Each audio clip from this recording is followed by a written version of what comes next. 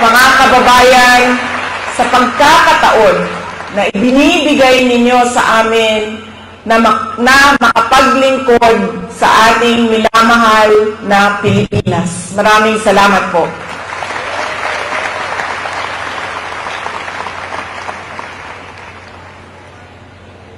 Nasabi ko na po,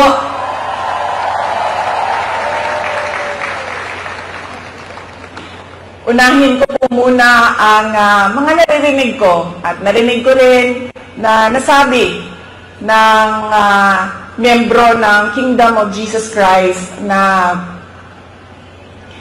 sala manggunitanan ni Inday Sara, unidagan pa siya presidente, dili na magkalisod-lisod ani o nasod.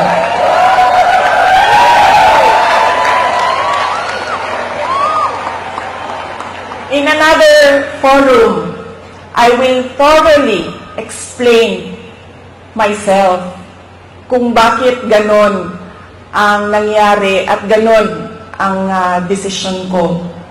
Pero sa ngayon, hinihingi ko lang ang patawad ninyo na nagkamali ako.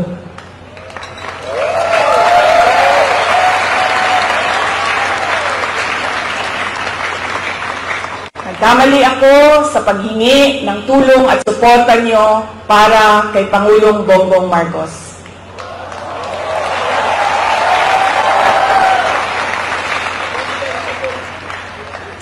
I was on the mistaken belief that we were together on the platform of unity and continuity.